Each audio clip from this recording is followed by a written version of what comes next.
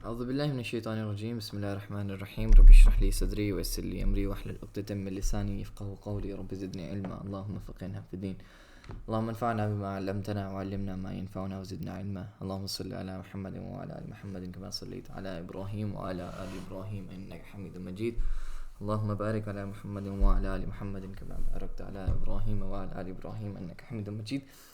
Welcome back to lecture number 12, which is a function in the Python.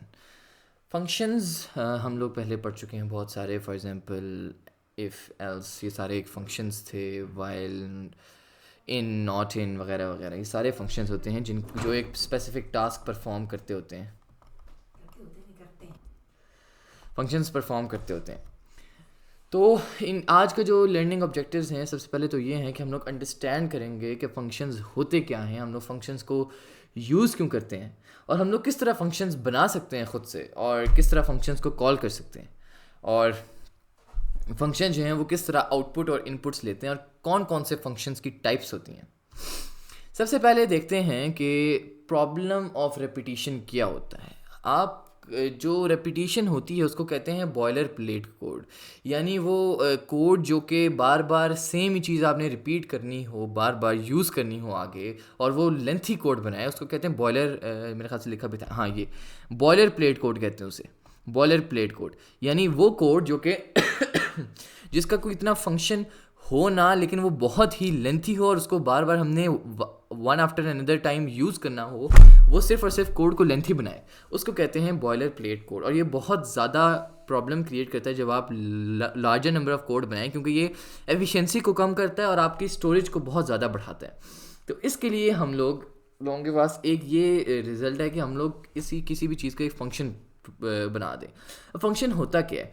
Function is a mini program with in your main program, यानी ये एक छोटा सा ऐसा programme होता है जो कि आपके प्रोग्राम के अंदर ही एक प्रोग्राम होता है. कोई भी ब्लॉक ऑफ कोड को आप किसी एक वेरिएबल या किसी एक वर्ड के अंदर स्टोर करवा दें तो वो वेरिएबल फंक्शन कहलाता है फिर. यानी फॉर एग्जांपल आपने कोई चीज़ का अब यहाँ पे जैसे फंक्शंस की पावर लिखी हुई है कि फंक्शन का क्या क्या, फंक्शन का कितना परफॉर्मेंस है, क्या क्या फंक्शन जो है वो अपना फंक्शन परफॉर्म करता है. वो है कोड रीयूजेबिलिटी, कि आप एक ही कोड बार बार यूज़ कर सकते हैं इन the form of less complexity. Code तो आप बार बार कॉपी पेस्ट कर सकते हैं, लेकिन जब आप एक फंक्शन क्रिएट कर लेंगे तो उस फंक्शन से आप उसी कोड को बार बार कॉल कर सकते हैं. लिखना आपको एक बार पड़ेगा और आप एक किसी फंक्शन के अंदर उसे स्टोर करवा देंगे, तो वो फंक्शन जब भी आप कॉल करेंगे तो वो पूरा कोड आपका कॉल हो जाएगा. इससे आपकी लेंथ कम होगी, ऑर्गेनाइजेशन बढ़ेगी, यानी ऑर्गेनाइज कर सकते हैं आप चीज़ों को, और डीबगिंग और मेंटेनेंस में आसानी होगी, एरर को रिजोल्यूशन करने में आसानी होगी. अच्छा, अब सिंटेक्स क्या होता है इसका? सिंटेक्स होता है कि आपने कोई भी फंक्शन को, अगर फॉर एग्जांपल मैंने जैसे यहाँ पे ग्रीड का फंक्शन है कि ग्रीड करना है, तो उसको हम लोग डिफ़ाइन करते होते हैं. डिफ़ाइन और आगे फंक्शन का नाम होता है, जो भी फंक्शन आपने नेम करना है. For example define function greet है. अब यहाँ पे हम लोग अगर लिखना चाहें, फॉर एग्जांपल हम लोग लिखते हैं इधर कि सबसे पहले हम लोग करेंगे जी डिफ़ाइन करना है. फॉर एग्जांपल हमने ग्रीड डिफ़ाइन करना है, तो हम लोग डिफ़ाइन करते हैं कोई भी फंक्शन. यहाँ पे आता है फंक्शन यूँ. अब फंक्शन की जगह यहाँ पे हम लोग कर सकते हैं, फॉर एग्जांपल ग्रीड का अगर फंक्शन है तो हम लोग करते हैं जी ग्रीड करो, ग्रीड के आगे डबल ब्रैकेट और कॉलन. कॉलन क्यों इंपॉर्टेंट है? क्योंकि फंक्शन को कॉल कर रहे हैं. और इंडेंटेशन इज़ वेरी इंपॉर्टेंट. अब इस फंक्शन में आप कुछ भी कर सकते हैं. फॉर एग्जांपल ग्रीड का फंक्शन है ना, हम लोग करेंगे जी ग्रीड करें hello welcome back to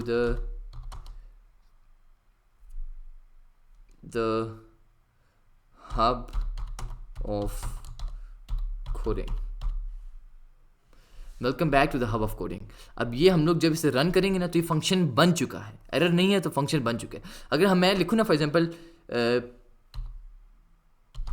print करो ग्रीड को, तो ये प्रिंट करेगा. ये क्या प्रिंट करेगा? Hello welcome back to the hub of coding. Okay, ये क्या करेगा? ग्रीड कर रहे हैं. अब डिफाइन जो है वो डिफाइन करता है किसी भी फंक्शन को। अब ग्रीड जहाँ लिखा हुआ है यहाँ पे मैंने आपको कहा है कोई भी फंक्शन आ सकता है, किसी भी फंक्शन का नाम आप खुद से क्रिएट कर सकते हैं। A function, B function, hello function, Y function, sum, product, square, cube etcetera, कुछ भी आप लिख सकते हैं। पैरेंथेसिस जो है उसके अंदर कोई ना कोई पैरामीटर्स होते हैं। फॉर एग्जांपल अगर आपने सम करना है, फॉर एग्जांपल अगर आपने एक कोड लिखा है, इसने आपने एक डिफाइन करना है आपने सम को किसी भी 2 नंबर के सम को, तो आप ब्रैकेट के अंदर लिखेंगे a, b के बंदा कोई भी 2 वेरिएबल्स को दे और आपने उसको सम करना है, तो आपने करना है जी sum equals to a plus b, और आपने करना है जी इसके बाद एंटर करके आपने फॉर एग्जांपल करना है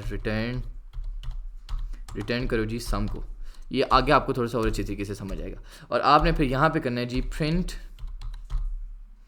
प्रिंट करना है क्या, हमने फॉर एग्जांपल अगर सम करना है ना किसी भी 2 चीज़ों का, फॉर एग्जांपल मैं करता हूँ जी सम करें जी 5,6, एक सेकेंड, इसके बाद भी ब्रैकेट आएगा एक, इसके बाद ब्रैकेट आएगा एक, और ये मैं कहता हूँ जी 3 और 6 का, wait a second bro, 3 and 6 का, तो ये आएगा सम होके 9 आएगा। क्यों 9 आ रहा है? क्योंकि सम का फंक्शन हमने लगाया है। सम 3 की किसकी जगह आ गया, ए की जगह आ गया, 6 की किसकी जगह आ गया, बी की जगह आ गया। तो अब ये जब हमने किया ना सम 3 6, तो ये आपने वैल्यूज इसके अंदर पुट किए हैं, तो सम a + 6 हो गया, यानी 3 + 6, और रिटर्न किया उसने सम के फंक्शन को।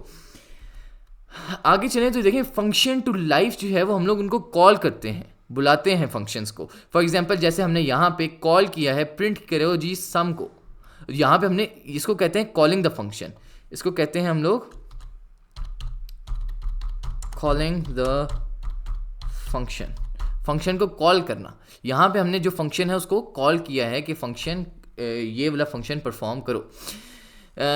अब देखें फॉर एग्जांपल यहाँ पे जो इसने एग्जांपल लिए डिफाइन से हेलो फ्रॉम द फंक्शन।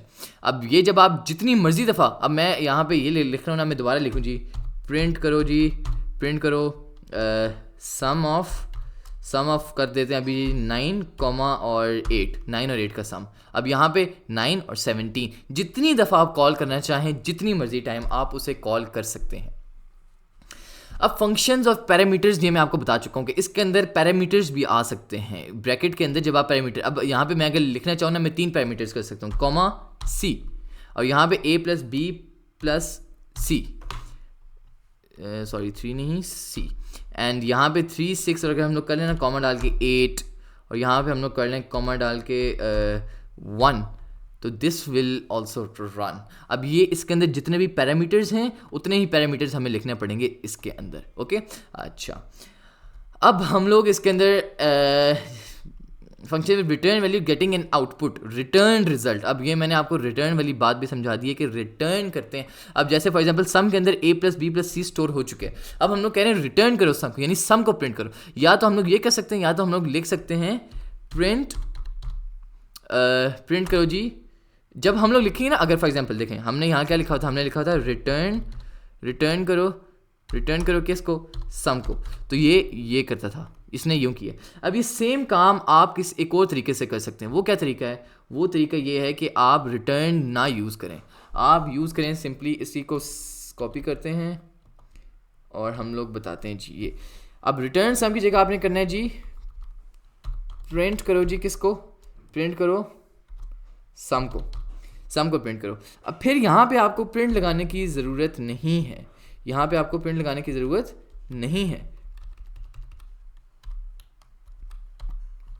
अब यहाँ भी सेम आंसर आएगा,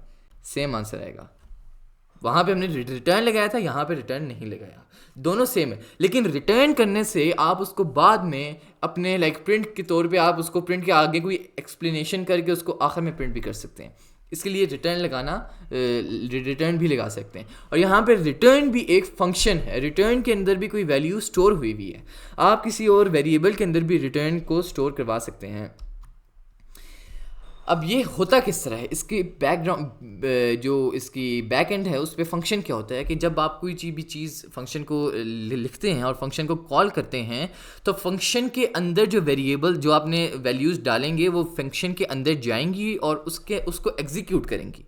उसके अंदर आप फॉर एग्जांपल आपने अगर पैरामीटर्स में ए बी लिखा है और आपने वैल्यूज़ 3 और 2 दी हैं तो वो ए बी की जगह 3 2 पुट होकर वो पूरा सोल्यूशन होगा और वो एंड में आके वैल्यू को रिटर्न करेगा और आप उस वैल्यू को प्रिंट कर सकते हैं। सिंपल, ये बहुत ही आसान है कि आप कोई भी फंक्शन बना सकते हैं। अब मैं आपको एक होमवर्क देता हूँ कि आपने करना है जी के आपने करना क्या है, आपने करना है जी के मेक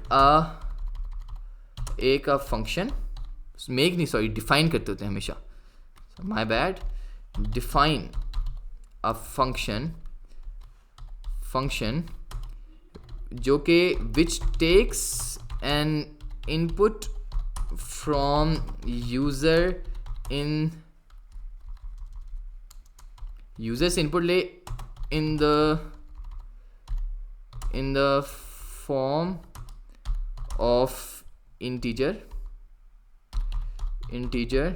और एंड प्रिंट्स इट्स स्क्वायर।